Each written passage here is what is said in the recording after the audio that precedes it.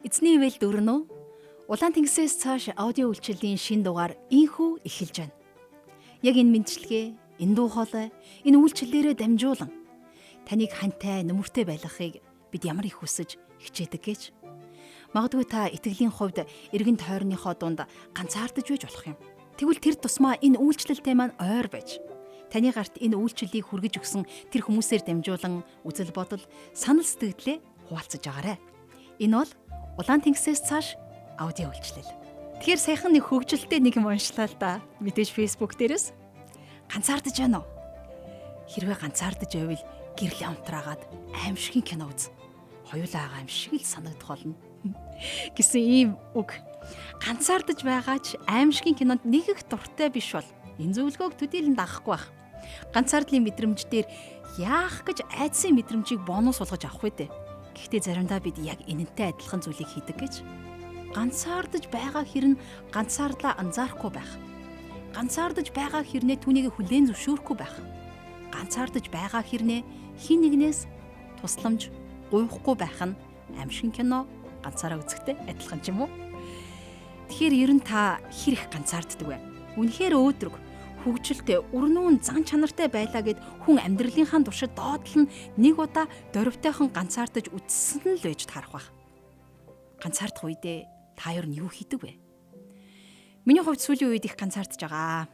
Хэдийгээр эргэн тойронд маань гэр бүл, хамтлан, найз нөхөд, за тэр үтгийг л нийгмийн сүлжээний хэдэн зуун найз байгаа штэ. Гэхдээ би яагаад ч юм ганцаардаад л байгаа. Хэсэг зуур бүр ганцаардаж байгаагаач анзаарахгүй яваад исэн. Гэхдээ юунд ч юм яараад л ямар нэгэн зүйлийг амжуулах ёстой гэж нэг их хурдалж бүхнийг бушуу түргэн хийж гүйцэтгэх хүсэл сэтгэлтэй хүн яваад л байсан. Гэхдээ номыг хүртэл хурдхан уншиж дуусгах гэж яараад л хин нэгэнтэй заавал холбоо тогтоохгүй бол болохгүй юм шиг. Тэр хүмүүстэй өөрийгөө байгаа гэдгээ мэдрүүлж анхаарлыг нь татчих гээд л. Заримдаа ганцаардсаасаа болоод уур хурж уушиг сагсаа. Тэгснэ тэр их цухал нь нулимс гарснаар л арайхийн тайвширна. Гэхдээ яагаад агаагаа анзаарахгүй яваад л байсан. Саяхан амьдралаас өөрийгөө нэг хажуу тийш нь тавьж байгаад гэхүү өөрийгөө хөндлөнгөөс нь ажиглаад харсан чинь хөөх юм нь ганцаардаад байж. Одоохондоо л баг багаар энэ ганцаардлаа хүлээн зөвшөөрөх шатн дээрээ явж байна л да. Тэгэхээр ганцаардлын тухай нийтлэг ойлголттой хамтдаа зэгцлэе. Бурхан биднийг ганцаардаасаа гэж хүсдэггүй нь мэдээж. Бурхан энд хэлсэн байна. Эзэн бурхан хүн ганцаараа байх нь сайн биш. Би түүнд тохирох туслагчийг буй болгоё гэжээ. Ингээд эзэн бурхан шороогоор хээрийн бүхий, араатан, окторгуйн бүхий шуудыг урлаж тэдний хэрхэн дуудахыг нь үзээд Адам давчирч өгчээ. Тэгээд амьд биет бүхнийг Адам хэрхэн дуудсан нь тэдний нэр болов. За тэгээд Адамыг гүн ойронд автуулаад хавирганаас нь нэгийг сугалж аваад Ева гэх нэгэн эмэгтэйг бүтээдэг. Энэ түүхийг бид Эхлэл номноос бэлхнээ уншиж болно. Энэ ишлэл бол зөвхөн гэрлэлт ба хамтаа амьдралын тухай биш. Харин ганцаараа байх нь сайн бишээ гэсэн Бурханы мөн чанарыг илэрхийлэн илчилж хэлсэн хэрэг. Юурээс хүн гэдэг бүтээлийнхаа зүй тогтлын дагуу бол аливаа юмсыг хамтаар буюу бүлгээр хийж, хамтран ажиллаж, хамтран амьдрах нь илүү бүтээмжтэй, бас илүү утга төгөлдрөө гэж үзсэн Бурханы зүй тогтол юм байна. Тэгвэл бурхан ганцаарлыг хүсдэггүй байхад бид яагаад ганцаардаад байна вэ? Тэгэхээр яг одоо мэдэрч байгаа энэ баяр гоник ганцаардал, ганихаралтайгаа эзний үгийн өмнө очицгоё. Тэр үгээрээ дамжуулан юу гэж хэлхийг анхааран чагнаа.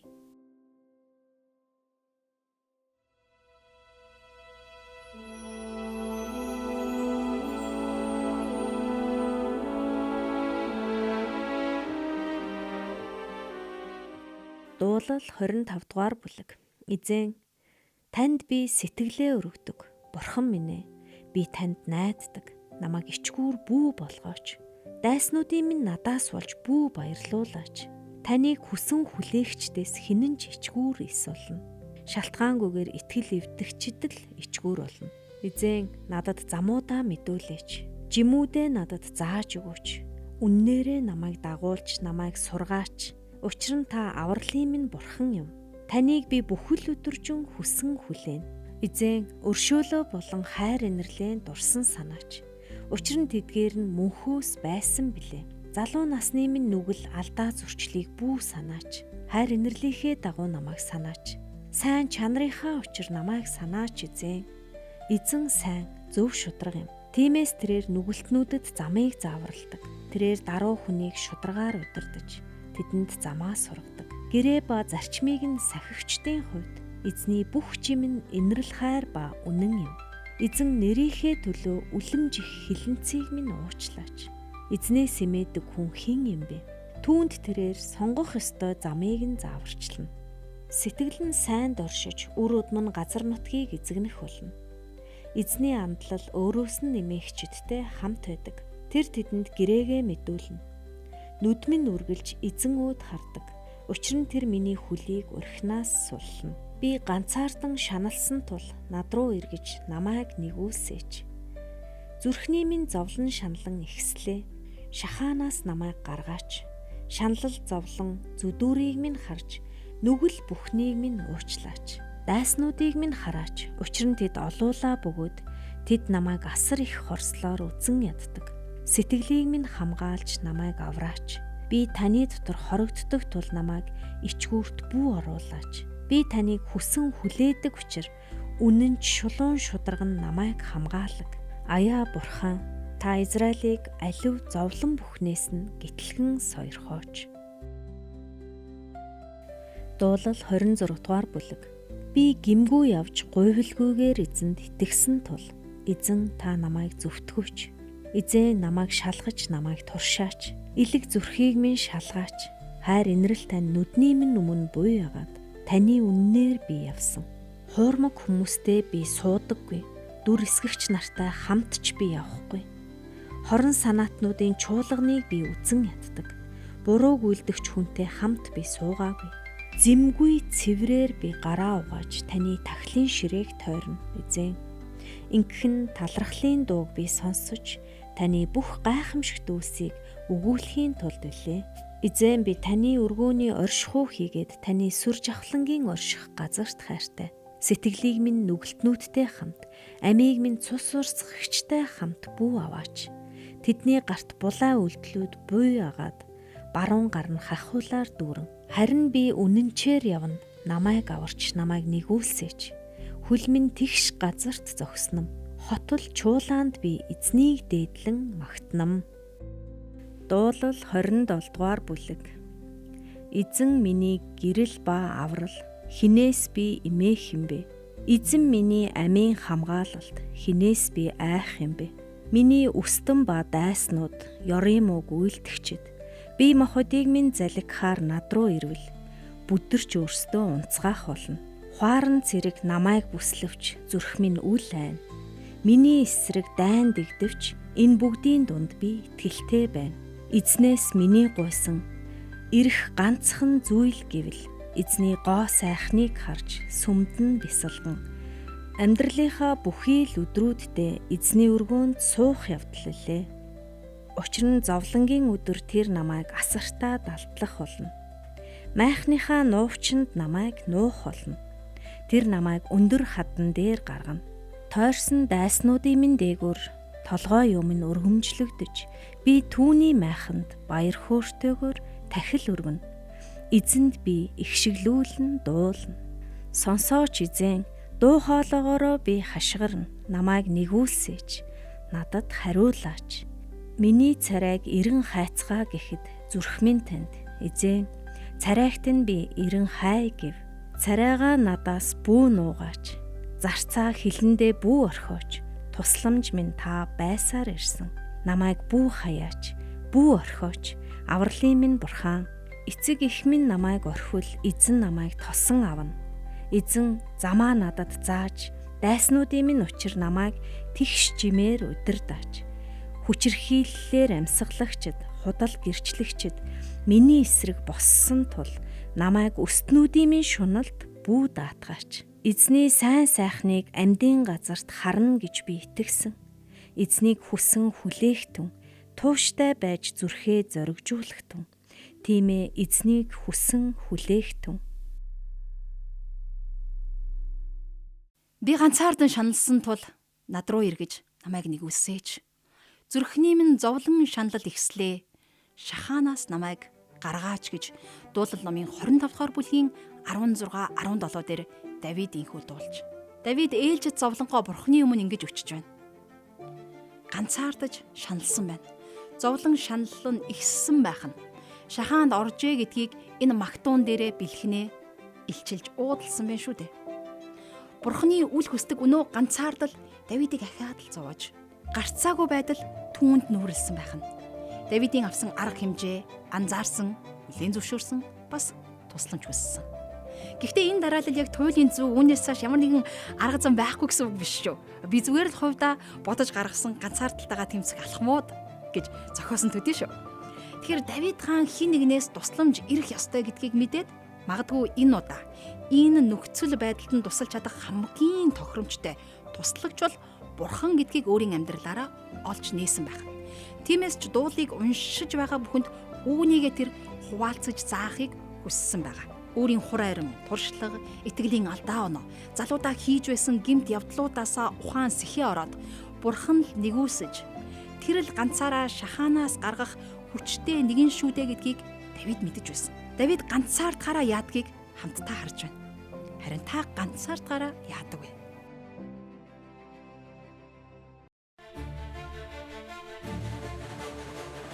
Улаан тэнгис хүртэлх Израильчүүдийн амьдралд ямар их нүд гэлбэм гайхамшиг болсныг та санаж байгаах. Харин тэнгисийг хуурай газар шиг гаталсны дараа юу болдог вэ? Тэндээс л жинхэнэ амьдрал эхэлдэг. Улаан тэнгисээс цааш итгэлээ ганц үгээр бус амьдралаараа гэрчлэе. Тэгэхээр хүн заримдаа өөрөөсөө шалтгаалаагүй нөхцөл байдлын бай болж ямарваа нэгэн шахаанд ундаг. Магадгүй гэр бүл хамаатан садан найз нөхөд хамт олонны харилцаанд иймэрхүү шахаанд орох явдал түгээмэл гэхүү дээ. Зүгээр л хэн нэгний анзаарахгүй дүгнэлт, болгоомжгүй үг ярианаас болоод өөр нэгэн хүн хэцүү байдалд ордог. Ихэнхдээ буруу ойлгогдох, нэг тийм бусдад зөрүүтэй үнэлэгдэхээс энэ шахаа эхэлдэг юм шиг. Нэгэнт л Давидын дуулаас хуваалцаж байгаа юм чинь түүний ахин нэг өөр жишээ хамтдаа харцгаая. Давид олонтойгоо анд найзуудтайгаа аавынхаа гэрт байхдаа төдийлөн ганцаарддаг байсан баг. Яг мэдээж хүн юм чинь ганцаардалгүй яах вэ? Гэхдээ л магадгүй Бурханаас тусламж гуйх чинээнд хүртлээ ганцаардаж шаналаагүй байх. Буландаж тэгэж шахагдаж шахаанд орж үзээгүй байх. Тэгэд нэг удаа шахаанаас бултаж зайлахын тулд яасан гэж энд ингэж бичсэн байна. Дараа нь Давид босож тэр өдөр Саулаас зүхтэн Гатын хаан Ахиш руу очив. Гэтэл зарцнаар нь Ахишд энэ хүн тэр нутгийн хаан Давид гэдэг нь биш үү? Тэд түүний тухай Саул мянгаыг Давид түмийг алуу гэж дуулж бүжгэлдэг бус уу гэцгээв. Давид энэ үгийг зүрхэндээ хүлээн авч Гатын хаан Ахишаас ихэд айн эмээжээ. Ийхүү Давид тэдний өмнө эрүүл саруул ухаантайгаа нууж галзуу солиотой юм шиг болж хаалганы самбар дээр юм сараачин сахал руугаа шүлсээ гоочулв. 1-р Самуэль 21-р бүлгийн 10-аас 14-р эшлэл байлаа. Тэр ингэж л дайснаасаа ам мултарч байсан удаатай. Эзэн буланд шахагдсан, ганцаардсан хүмүүсийн дуу хоолойг сонсд юм а. Тэр сэтгэл гутралаас тайвшруулан чөлөөлдөг юм. Тиймээс Давид зүгээр нэг зовлонгоо уудалж, тоочж байгаа биш. Бурхан өөд чиглэн хараад харилцаагаа сэргээх хүслээ илэрхийлсэн байна. Зовлон үгүй, бүх зүйл амар жимэр, инх тунх байх үед биднээс итгэлийн сорилт, сэтгэлийн хат зад бараг л шаардагдахгүй дээ. Бид баяр хөөртэй байх үед бараг л амьсгалж байгаагаа анзаардгүй үсттэй. Харин өвдөж зовох үед, ганцаардлын мэдрэмжийг тээх үед энэ хөнгөн амьсгал чинь хүн дэм шиг гуталтай гуяаж өргөж алхахад үнэхээр бэрх байдаг да. Гэхдээ байна шүү. Сорилт бэрхшээлүүд, ялангуяа зовлон зүдгүүр бол шийтгэл бишээ. Ганцаардал, ганихрал бол хин нэгэн таныг орхисон. Ялангуяа бурхан мартсан заяа гэсэн үг октоос биш шүү. Эзэн тантай үргэлжлүүлэн хамт байгаа. Хин нэгэн таны хувьд чухал санагдах тэр хүн дэргэд чинь байхгүй. Эсвэл танд хангалттай хэмжээнд өмг төшөг болж чадахгүй байхад төрдөг тэр мэдрэмж, тэр ганцаардлаас илүү хинээрч юугаарч орлуулж боломгүй бурханы оршихуун ганцаардлал хамгийн нөхөж баршгүй хоосрол. Ийм хоосрлыг би таныг битгий мэдрээсэй гэж чин сэтгэлээсээ хүсэж байна. Магадгүй амьдралын саад, сорилт бэрхшээлээс болоод Юун бурхантай мантай амьсгаа өндөр явж байгаа бол зүгээрээ. Амьсгаа өндөр яаруу алхаан дундаачлтугай. Бурхны тухай ердөө ганцхан секунд бодоорой. За би ч бурхныг тоохгүй яваад л андаа гэж өөрийнхөө үннийг өчгөд ердөө ганцхан секунд зарж байгаа биз. Гэхдээ тэр өдөр бүрийн ганц секунд эзэн гарцаагүй ажлаа таны амьдралд хийж ихэлтэл үргэлжилсээр байх юм бол би ч бурхныг тоохгүй андаа. Бурхан ч одоо намайг тоохоосоо өнгөрсөн гэх бодлоод дими хоосон байгаагүйг та ойлгоно. Залбирал минь утлаг адил тоологдох болтугай гэж Давид хэлсэн байдаг. Яг үн шиг Бурхны тухай бодох бодлууд ч гэсэн заримдаа залбирал шиг тооцогдож тоологдох үе хүний амьдралд байд юм аа. Яахав те? Таныг залбирахч тэнхэлгүй байгааг Бурхан болохоор мэдэж байгаа юм байхгүй юу? Тийм болохоор тэр таныг хизээж хаанч орхихгүй. Ганцаардал дундчинч амьдралын ирээн бараан дундч Бурхан таныг хайчихсан юм шиг санагдаж мэдрэгдэж явах тэр үед ч эзэн орхиогүй л байдаг. Энэ хүрээд өнөөдрийн дугаар маань өндөрлөж байна. Хамтдаа Бурханд залбирцгаая. Ганцаардан шаналх үед ганцхан таал байдаг. Бурхан минь, намайг та хизээж хаанч орхиж үлдээдгүйд баярлалаа. Харин би бодохдоо би буруу зөрүү юм хийхээр та уурлаад гомдчихдог. Намайг шахаанд орох үед хүлээстэй байхад та ичээд нуугдчихдаг юм шиг би бодож төсөөлдөг байжээ. Харин үнэндээ тийм биш болохыг өнөөдрийн үгээрээ дамжуулан бидэнд илчилсэнд баярлалаа. Бас ийм хурдан ургуулan бодож сэтгэдэг тархины бүтэц зүй тогтол хөгжлийнхоо төлөө би тань талархаж байна. Гэхдээ аваа энэ тархины ур чадвар хөгжлийг бид зөв зүйтэй зүйлд зарцуулж зориулахад минь та надад шинэ хаалхуудыг нээж өгөөч. Тэгэд хизэн намайг ганцаардуулж шаналгадаг бүхий л бодлоо, бүхий л мэдрэмжээ, бүхий л зовлон бэрхшээлээ, бүхий л дааж давшгүй мэд санагдах тэр асуудлуудаа хүнд ачаагаа таны загламай мөн тавьж байна. Хүнд хэцүү үеүүдэд минь та орхидоггүй, та хайдаггүй, та мартдаггүй гэдэг бодит бөгөөд үнэн гэрчлэлийг миний амьдралд үр болгон суулгаад та усалж, та ургуулж байгаад баярлалаа аваа. Үр живсэн боловсроод эзэн танд алдрыг өргөх болтугай. Таньда бүхнээ өргөж, даатгаж, бидний их эзэн Есүс Христийн нэрээр энэ залбирлаа өргөж байна. Амен.